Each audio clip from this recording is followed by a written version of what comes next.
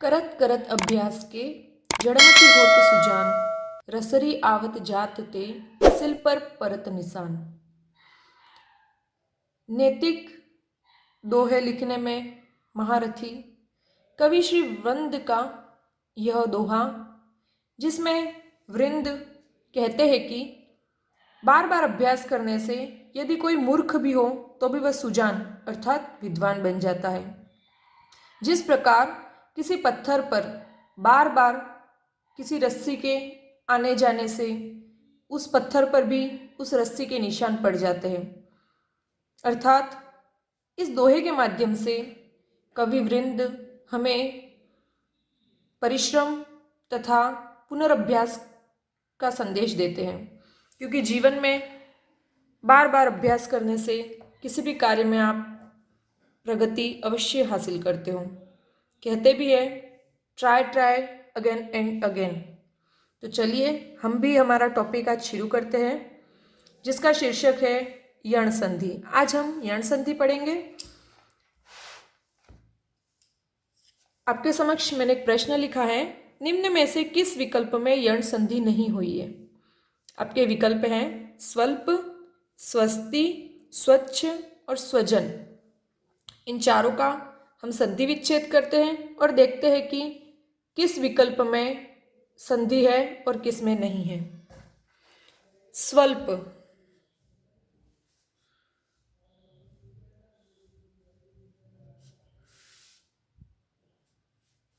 सबसे पहले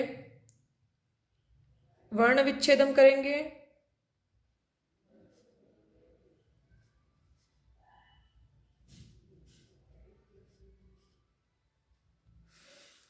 यण संधि में व जो है वो उ का व आदेश होता है। हम वापस से इनको जोड़ देंगे।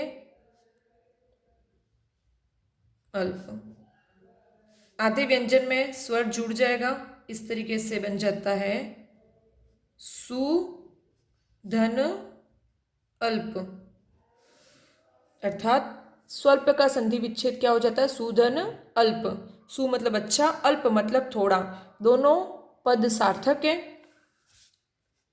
दूसरा है स्वस्ति, इसमें भी इसी तरीके से स्व है अर्थात व की जगह हमें उ की मात्रा लगानी है, तो सु धन अस्ति। अस्ति अर्थात है और सु मतलब अच्छा। तीसरा है विकल्प स्वच्छ,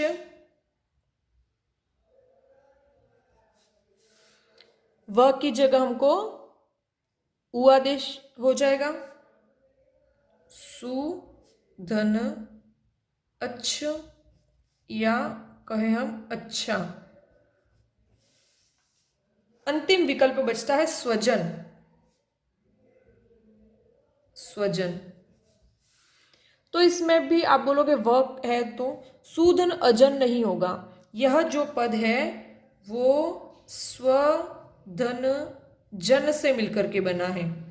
स्व मतलब अपना, जन मतलब इंसान, मतलब जो अपने रिश्तेदार होते हैं या अपने लोग होते हैं उनके लिए कहा जाता है स्वजन। अर्थात यहाँ पर विकल्प चतुर्थ जो स्वजन है उसमें यण संधि नहीं हुई है। अभी तक हमने बाकी संधियों के नियम देखे, तो आज सबसे पहले हम वीडियो स्टार्ट करने के पहले यण संधि के कुछ नियम देख लेते हैं, जिसमें से एक नियम पर तो हम चर्चा भी कर चुके हैं। इसके पहले 3 संधियां दीर्घ संधि, गुण संधि एवं वृद्धि संधि हम पढ़ चुके हैं, जिसमें आगे अ या आ होता था और पीछे अ या आ दीर्घ संधि में और बाकी संधियों में भिन्न स्वर होते थे।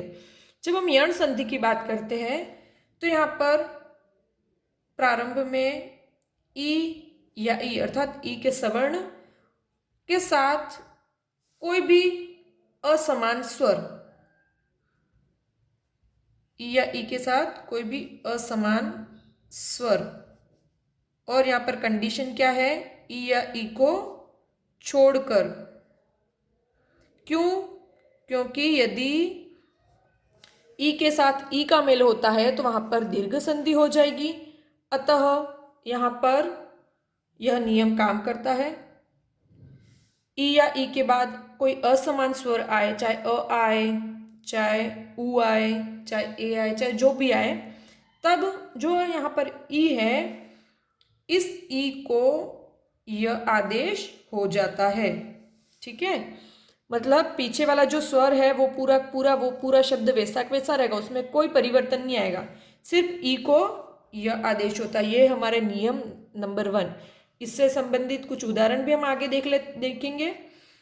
अब आते हैं नियम नंबर 2 पे, जो कहता है उ या उ के बाद कोई असमान स्वर आए। यहां पर भी वही चीज, उ या उ के बाद उ या उ नहीं आना चाहिए, इन दोनों को छोड़कर, क्योंकि सवर्ण होंगे तो वहां पर दीर्घ संधि हो जाएगी और हमें यण संधि, तो यहाँ पर उ या उ का आदेश हो जाता है व,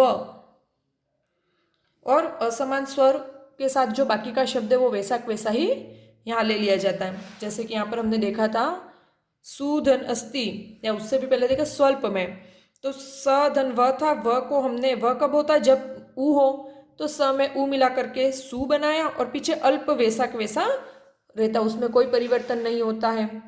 लेकिन ज़्यादातर बच्चे कंफ्यूज हो जाते, क्यों? क्योंकि अभी तक इसके पहले हमने दीर्घ संधि पढ़ी, गुण संधि पढ़ी और वृद्धि संधि पढ़ी, उसमें बाकी के दोनों वर्ण मिलकर के एक नया वर्ण बनाते हैं, जबकि यहाँ पर सिर्फ आगे वाला जो वर्ण है उसी को आदेश होता है। और अंतिम अगर हम देखें तो अंतिम नियम कहता है री वर्ण के बाद यदि कोई असमान स्वर आए,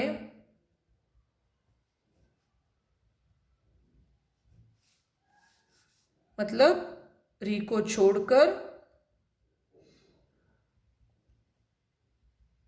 तो री को र आदेश हो जाता है। तो यण संधि पहचानने का आसान सा, इसकी पहचान आसान है।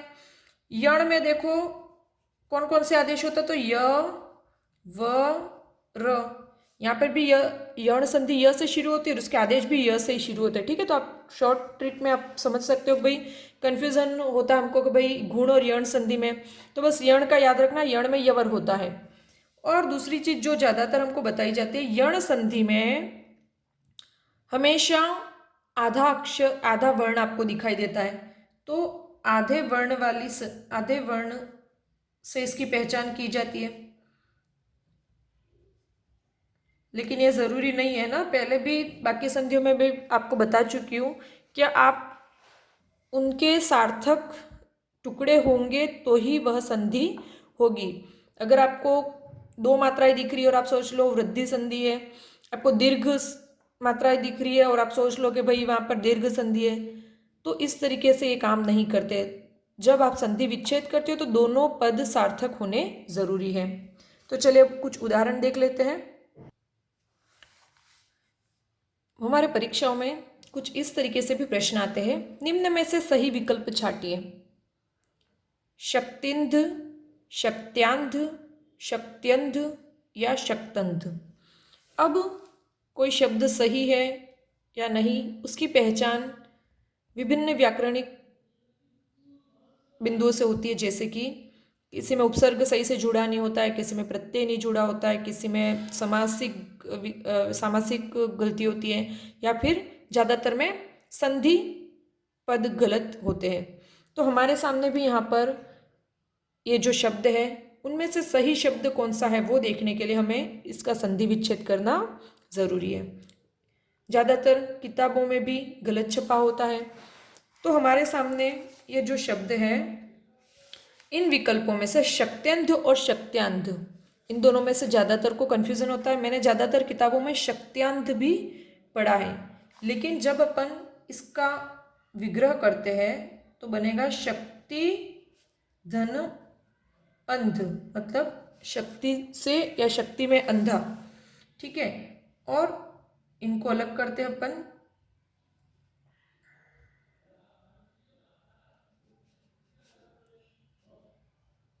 शक्तिधन अंध के जब हम वर्ण विच्छेद करते हैं तो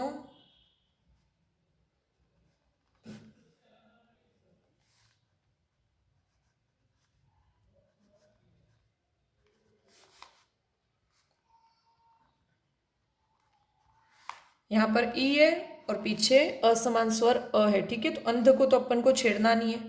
ई को क्या आदेश होता है हमारे, यह आदेश होता है। आगे का बाकी पूरा पद वैसे वैसे अपन को करना है, शक्त धन अंध। अब जब इनको जोड़ते हैं तो त जो है वो यहाँ पर जुड़ जाएगा, तो ये बन जाएगा शक्त्य, ठीक है। लेकिन ये य हलंत वाला है, धन अंध, और ये यहाँ पर जुड़ के ये शब्द बनता है शक्त्यंध, ना कि शक्त्यांध। तो यहाँ पर ये शक्त्यांध भी गलत है, ये होता है शक्त्यंध। ये सभी हलंत वाले हैं ना, मतलब व्यंजन सारे व्यंजन आधे हैं। चलो अब और उदाहरण देखते हैं। पर्याकुल, इसका संधि विच्छेद होगा परि धन आकुल, ठीक है। आकुल का मतलब घबराया हुआ या अस्त व्यस्त होता है। वैसे ही शक्त्यंध जैसे किया वैसे ही यहाँ पर है रात्र्यंध, तो इसमें भी हो जाएगा रात्रि धन अंध, मतलब जिसको रात में दिखाई नहीं देता उसके लिए शब्द आता है रात्र्यंध।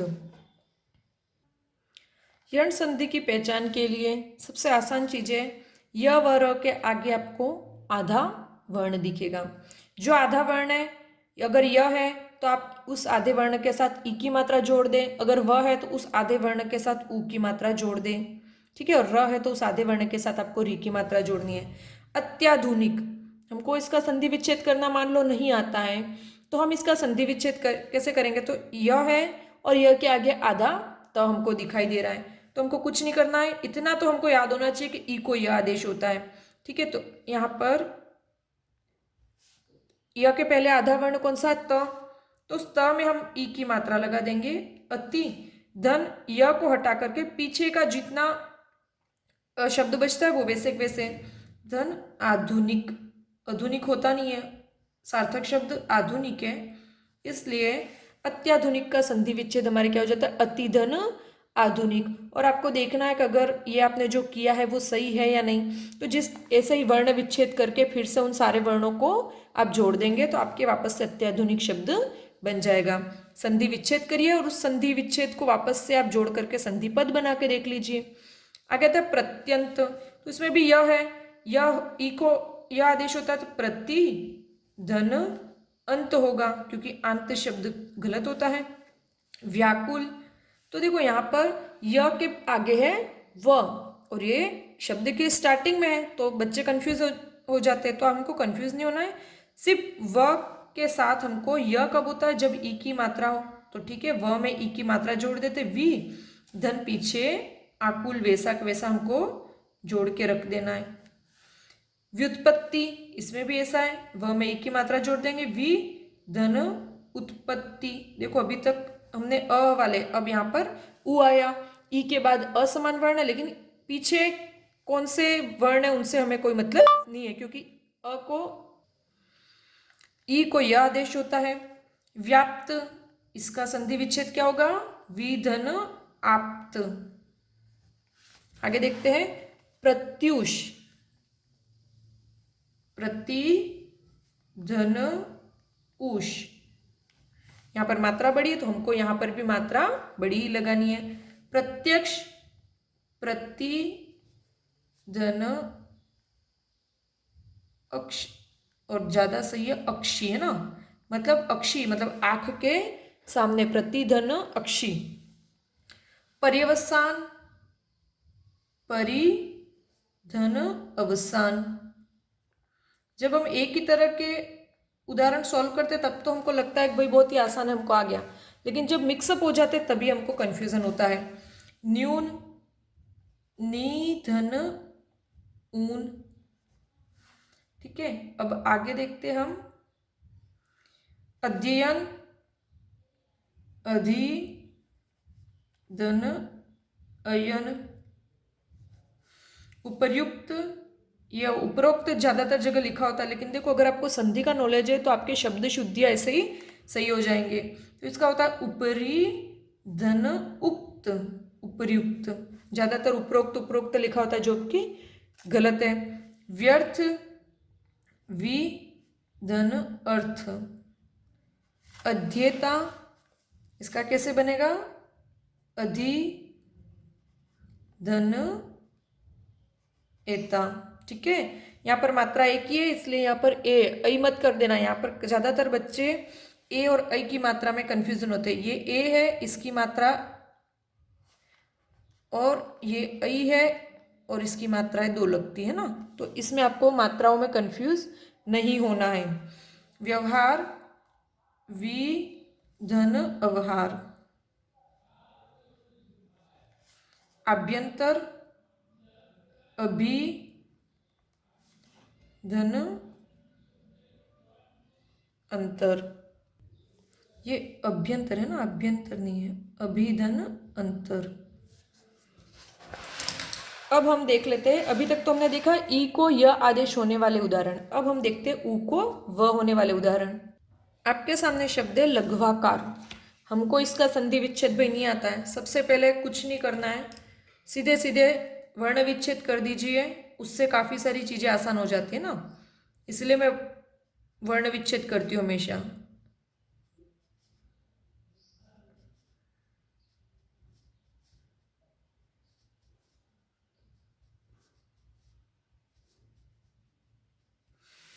अब हमें ये तो पता चल रहा है कि भाई वा है और वा के पहले आधा वर्ण है, मतलब यहाँ पर कौन सी संधि? यण संधि होगी। लेकिन क्या यहाँ पर यण संधि है ही? तो उसका ज्ञान हमको कब होगा? जब हम इस पूरे को सॉल्व करेंगे। तो व को व आदेश कब होता है? जब क्या हो? उ हो। तो यहाँ पर बाकी सबको जोड़ देते हम, लघ धन उ धन आकार पीछे वैसा वैसा, क्योंकि उससे उसमें कोई परिवर्तन नहीं आएगा।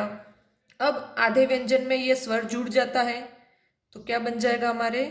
लघु धन आकार।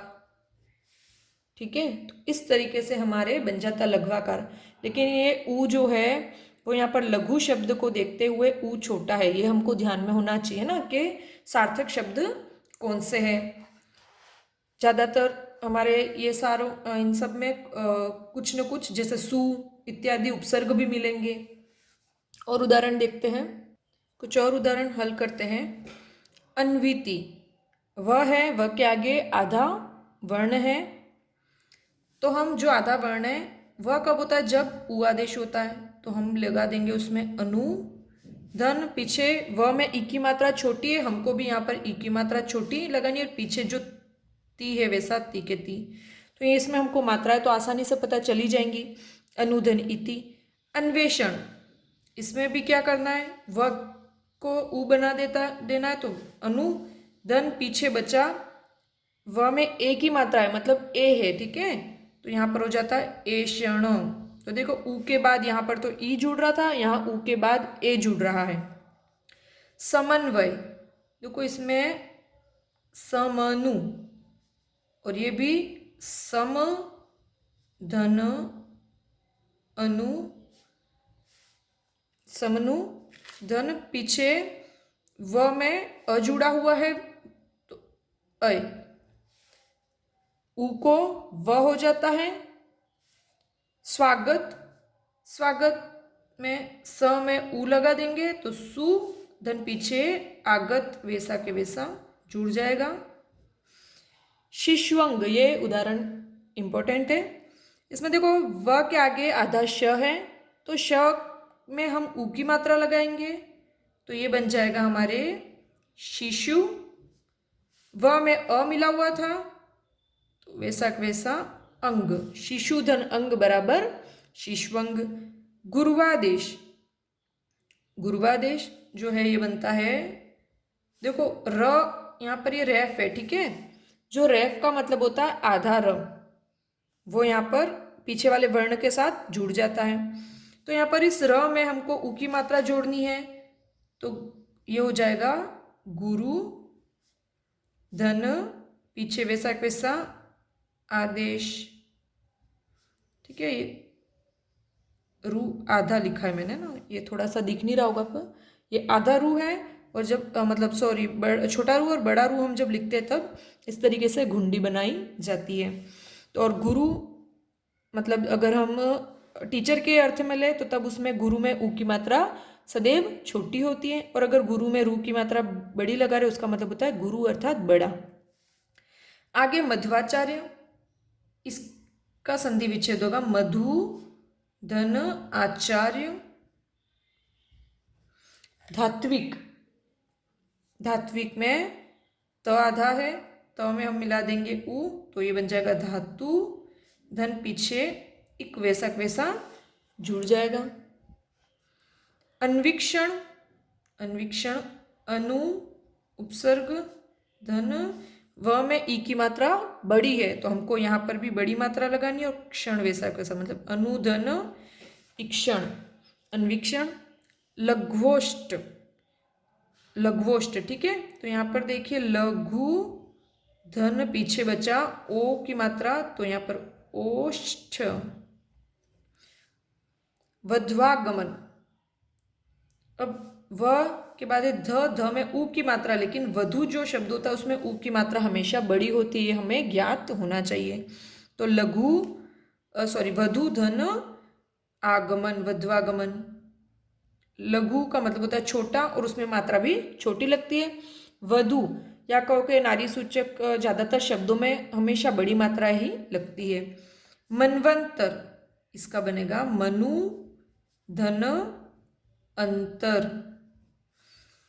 तन्वंगी, तनु धन अंगी।